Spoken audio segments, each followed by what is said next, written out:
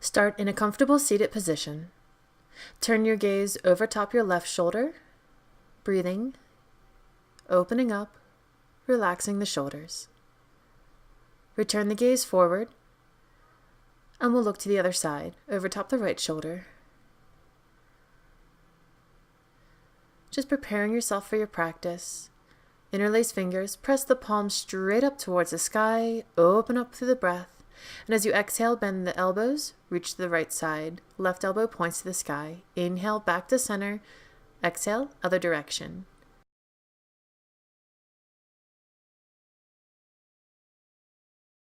Return your hands back to center, placing them onto the knees. Rotate the right shoulder down, around, chest forward, and up, trying to create a circular type motion, rotating through at your own pace. And it does not have to look exactly like what I'm doing. Rotate and go the opposite direction now, looking over top your shoulders and around to lead the motion.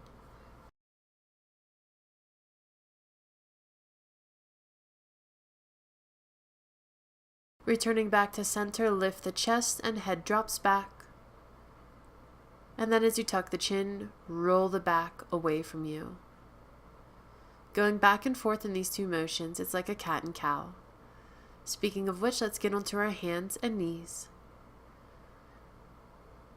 Lift the right arm all the way up towards the sky, opening the chest, and then thread it through, palm face up. Let the shoulder and ear go down. Opposite arm can reach up, or if you want to go to a different position with the hand, you can. This is called thread the needle. Let's stay here for a few breaths. You can also rotate and place the palm behind you as well. Place your left hand down, come back up, counter stretch, reach that right arm up to the sky, exhale, release. We'll go for the other side. Left arm reaches up towards the ceiling, opening up the chest. And as you exhale, thread the arm through, palm face up, letting the arm cross against the chest, ear comes down.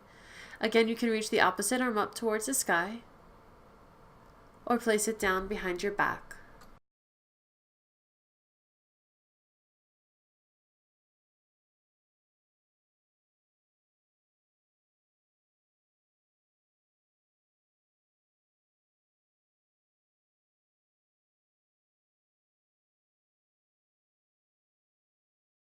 Nice job. Let's return back to our table, reaching the left arm up to the sky for your counter stretch.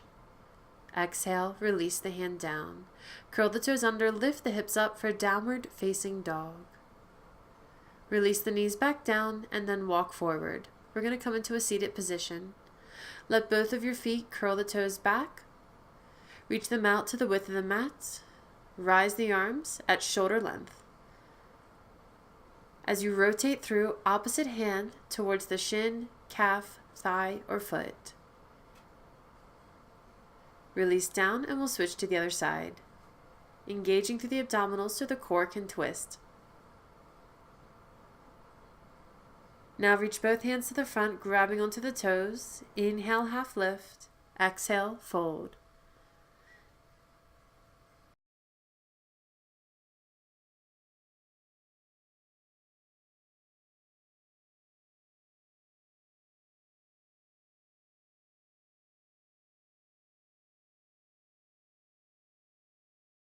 Inhale, return back to center. Exhale, release the grip and bring your feet back in. Rotate the knee, lift the opposite hand up and back. This is called a seated pinwheel lift.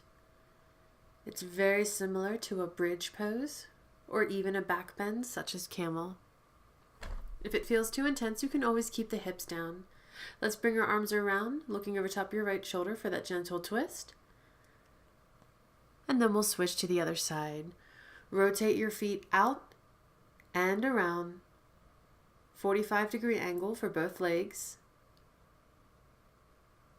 As your right hand comes down behind you, left arm comes up and back. Again, coming into this modified back bend. Remember to keep engagement through the core and also the glutes so it can help you lift and propel your hips forward.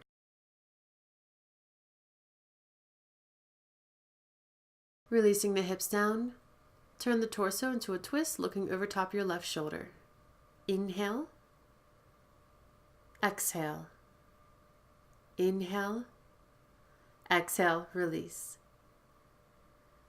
Go ahead and relax your legs back out to the front as you push the hips forward, lying down. Anchor the heels down into the mat as you lift the hips up, coming into bridge pose. Inhale, engage the glutes, draw your shoulder blades back. Exhale. Push up strong through the heels, engage through your abdominals. Inhale. Exhale. You can also interlace your hands underneath your back onto the mat like I'm showing.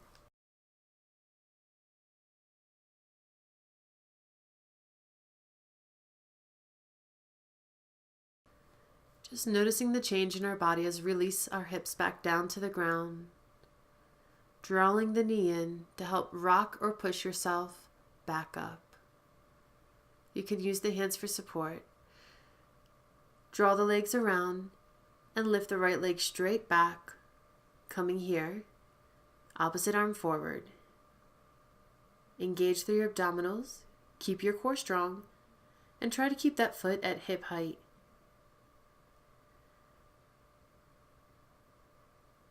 Release those toes down to the ground and push up into a downward facing dog. Inhale. Exhale, release the knees. Switch to the other side. Left leg goes straight back, right arm forward. If this feels too challenging, keep both hands down instead. Engage the abdominals and the core, pushing back through the heel. Inhale. Exhale. Release. Take the toes, lift the hips, downward facing dog. We've been here before, so feel free to take variations, maybe lifting the leg up to the sky, bending the knee, opening up the hip, and swinging the leg through for half pigeon on the right side. If this feels too intense, you can do a supine version by laying on your back. Otherwise, relax down, letting the forehead, if you have a block you can use, or a mat, a blanket, even the floor, but just allowing that forehead to relax down. Releasing the shoulders and the hips. Breathe deeply here for a few moments.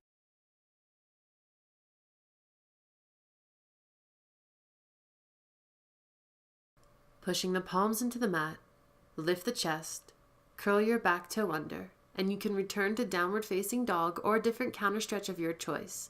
Let's go to the other side. Feel free to do the same setup as you did on this side, or find a different way to come into half pigeon on the left. If it feels too intense, you can keep your chest lifted and not fold forward over top the bent leg. Relax here and breathe deeply for a few moments as well.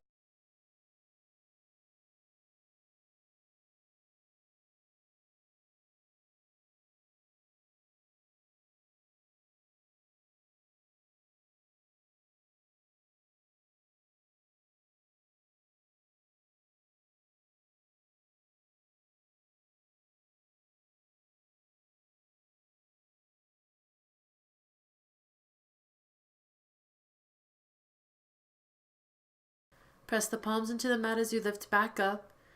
And again, you can either curl the toe under and lift straight back into a downward facing dog, or come into table, your choice. Take any counter stretches that feel good. Then release, sitting back down onto your knees. If this feels too intense, you can always sit cross-legged.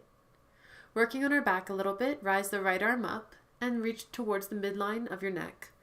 Left arm reaches up and can grab towards the elbow to help pull it across the midline. Inhale. Exhale. Nice job. If you want to, you can also reach down and around, grabbing onto a towel, walking the hands closer. And it's okay if both hands don't reach. One side may be different than the other. Switch to the other side. Holding here. This is a portion of Yoga Mudrasana. Again, if your hands do connect, try to pull the palms together. Drawing the elbows away as you pull together is a great way to help open up the shoulders, neck, and triceps. Release back down, coming onto your hands, twist to the left, and then twist to the right. Inhale. Exhale. Let's return back down onto the ground, seated position. Bring your right foot, and you can bring it to the left hip. If that feels too intense, you can always drop that foot down to the inside so it looks a little bit more like this. Otherwise, if you feel comfortable, keep that foot up by the hip. Rise the arms all the way up towards the sky and exhale as you fold forward. This is actually the prep posture. If you want to take it further, you can reach the same side arm around to grab towards the foot. Or you can just reach it behind the back and let it hold on to the back side of your body. I'll show you what that looks like on the other side. Let's go ahead and switch. Left foot up to the right crevice hip. Hand can go around. And if you can see in the mirror, I'm able to grab the foot. You can reach and grab towards the toes as well. So the same side arm that is bending to the same side leg. So the left leg is bent, the left arm is going around our body.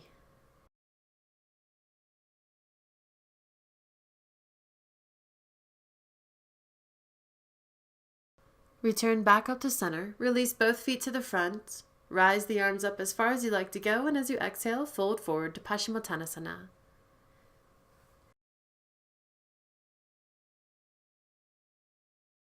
Return back up, scoot the hips forward, and lie down onto your back. Soles of the feet press down into the mat as you lift that right leg up. You can hold here, interlacing fingers behind your right thigh, and extend the other leg straight. Tuck the chin, lift the head. Shoulders are off the mat if possible. Inhale. Exhale. Nice. Inhale. Exhale. Release. Let the head relax back down. Bend the right knee. And switch to the other side. Interlace fingers behind your left thigh. Right leg straightens out. Inhale. Tuck the chin, lift the head. Exhale. Inhale. Exhale. Make sure both feet are flexed. You're curling the toes back to keep a flat foot. This will help you get the most amount of stretch for that hamstring and calf as well. Both feet come down onto the ground. Draw the shoulder blades back. Soles of the feet press together as the knees fall out wide to the side, coming into Baddha Konasana, bound angle. This is a gentle hip opener you can do. If you want to place props underneath your knees or thighs, feel free to do that as well. Relax here for a few moments, allowing your body to unwind, to soak in the work that you just gave it through your practice.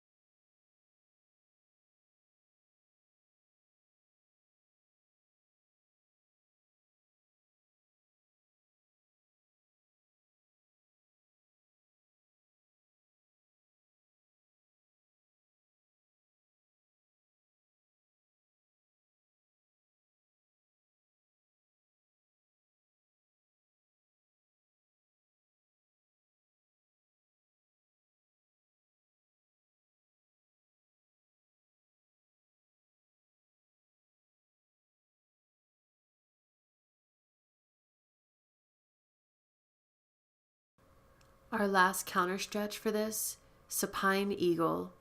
Bring the knees together, cross the right leg over top the left leg, right arm underneath the left arm, tuck the chin, lift the head.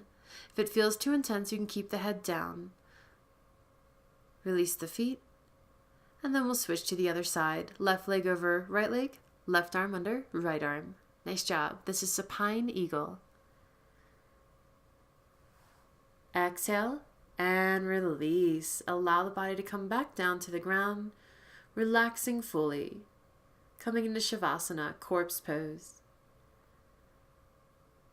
At this time, if you have something you want to place over top your eyes to help block out the light, or maybe turn up the sound to a soothing song,